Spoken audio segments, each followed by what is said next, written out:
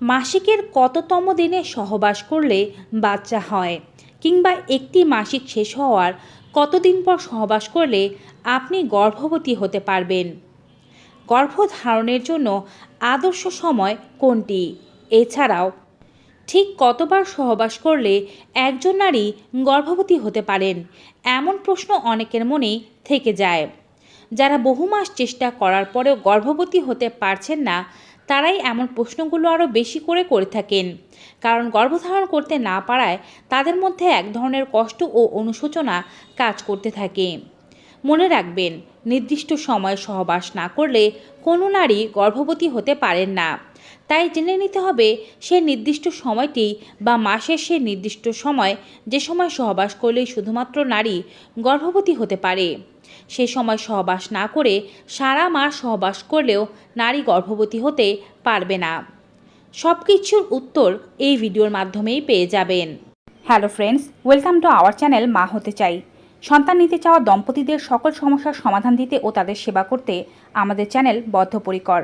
তাই আমাদের চ্যানেলটি সাবস্ক্রাইব করে বেল বাটনে ক্লিক করে দিয়ে অল নোটিফিকেশনে ক্লিক করে দেবেন সকল আপডেট সবার আগে পাওয়ার জন্য। এছাড়াও আমাদের ফেসবুক পেজ মা হতে চাই ফলো করুন, লিংক ডেসক্রিপশন বক্সে পেয়ে যাবেন। একজন নারী যখন গর্ভধারণের চেষ্টা শুরু করে, তখন খুব কম সংখ্যক নারী প্রথম মাসেই গর্ভবতী হতে পারেন। মোটামুটিভাবে গর্ভধারণের চেষ্টা চলাকালীন সময় 30% নারী প্রথম মাসেই গর্ভবতী হন। 3 মাসের মধ্যে 60% নারী গর্ভবতী হয়ে যান। 6 মাসের মধ্যে 80% নারী গর্ভবতী হয়ে যান। 1 বছরের মধ্যে মোটামুটিভাবে 90% নারী গর্ভবতী হয়ে যান। 2 বছরের মধ্যে 95% নারী গর্ভবতী হয়ে যান। বাকি যে 5% নারী থাকেন, তাদের মধ্যে হয়তো কোনো শারীরিক ইস্যু রয়েছে, কিংবা চিকিৎসা ছাড়া তাদের গর্ভবতী হওয়া সম্ভব নয়। তাই গর্ভধারণের চেষ্টা চলাকালীন সময় ওভুলেশনের ডেট মেনে সহবাস করবেন এবং খুব বেশি অস্থির হয়ে যাওয়া যাবে না। সাধারণত নারীদের গর্ভধারণের আদর্শ সময় 35 বছরের আগে। নারীর বয়স যদি 35 বছরের কম হয়, সেক্ষেত্রে 1 বছর সময় পর্যন্ত তিনি স্বাভাবিকভাবে গর্ভধারণের চেষ্টা করবেন। তারপরেও যদি তিনি গর্ভবতী না হতে পারেন, তবে দ্রুত ডক্টরের কাছে যাবেন। আর নারীর বয়স যদি 35 বছরের ঊর্ধ্বে হয়ে থাকে, সেক্ষেত্রে সর্বোচ্চ 6 মাস চেষ্টা করেও যদি তিনি গর্ভবতী না হন, সেক্ষেত্রে তিনি দ্রুত ডক্টরের কাছে যাবেন। গর্ভধারণের জন্য জানতে হবে মাসিকের সময়কাল এবং জানতে হবে নিয়মিত মাসিক সম্পর্কে। আদর্শ হয় যদি আপনার মাসিক নিয়মিত হয়ে থাকে। যাদের মাসিক নিয়মিত হয় না, তাদের প্রথমে চিকিৎসা ব্যবস্থা গ্রহণের মাধ্যমে মাসিককে নিয়মিত করতে হবে। তারপরে গর্ভধারণের চেষ্টা করতে হবে। নিয়মিত মাসিক সাইকেল বলতে বোঝানো হয়ে থাকে যাদের মোটামুটিভাবে 28 থেকে 32 দিনের মধ্যে মাসিক হয়। তাদের ওভুলেশন প্রক্রিয়া খুব ভালোভাবে হয় এবং তাদের ডিমের কোয়ালিটিও ভালো থাকে। প্রত্যেক মাসে নারী তার মাসিক চক্রের মাঝামাঝি সময় একটি ডিম্ব উৎপাদন করে, কিন্তু পুরুষের শুক্রাণু থাকে অসংখ্য। প্রতিবার সহবাসে একজন আদর্শ পুরুষ 4 কোটি থেকে 60 কোটি পর্যন্ত শুক্রাণু নির্গত করতে পারে, তবে তার মধ্যে অ্যাক্টিভ স্পার্ম থাকতে হয় 20%। যদি কোনো পুরুষের শুক্রাণুর মধ্যে 20% অ্যাক্টিভ শুক্রাণু না থাকে, তবে সেই পুরুষ তার স্ত্রীকে গর্ভবতী করতে পারবে না। যখন নারী ও পুরুষের মিলন ঘটে, তখন স্ত্রীর ওভুলেশনের সময়কালে যদি মিলন ঘটে থাকে, সেক্ষেত্রে পুরুষের শুক্রাণুগুলো নারীর যোনিদ্বার পার হয়ে সার্ভিক্সের মুখ দিয়ে জরায়ুর ভেতরে প্রবেশ করে ফেলোপিয়ান টিউবে যায়। এ পর্যন্ত যেতে যেতে 20 থেকে 25টি শুক্রাণুই বেঁচে থাকে। কিন্তু আপনি কিভাবে বুঝবেন আপনার ডিম্বাণুটি সে সময় ওয়েট করছে নাকি ডিম্বাণু নষ্ট হয়ে গিয়েছে? সাধারণত আপনার মাসিক সাইকেল আগে গণনা করা জরুরি। প্রথমে জেনে নিন কতদিন পর পর আপনার পিরিয়ড হচ্ছে। যদি 28 থেকে 32 দিনের অন্তর অন্তর আপনার পিরিয়ড হয়ে থাকে, তবে আপনার ওভুলেশনের ডেট গণনা করা খুবই সহজ।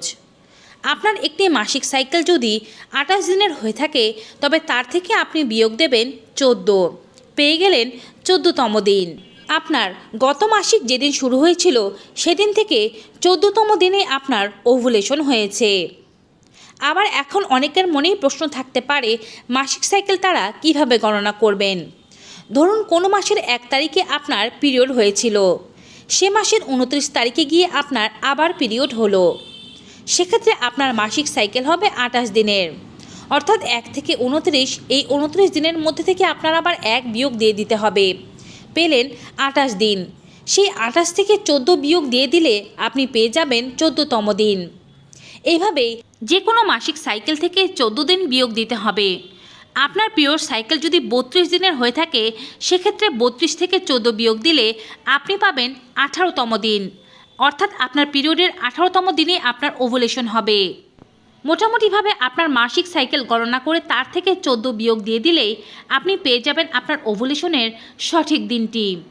তাই যে মাসে আপনি গর্ভধারণের চেষ্টা করছেন, সে মাস থেকে এই নিয়ম মেনে বা এই দিনটিকে মাথায় রেখে সহবাস করা জরুরি।